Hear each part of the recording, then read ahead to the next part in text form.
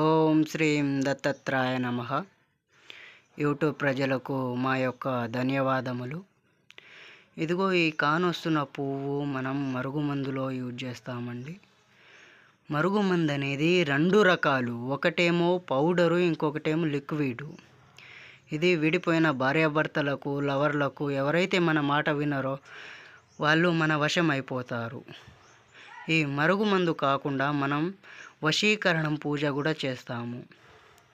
వశీకరణ పూజ ఎవరైతే మనల్ని వదిలేసి వెళ్ళిపోతారో ఎన్ని సంవత్సరాలన్నా కానీ వాళ్ళు ఇంకా మనకు కావాలంటే ఫోటోల ద్వారా వశీకరణ పూజ చేస్తాము.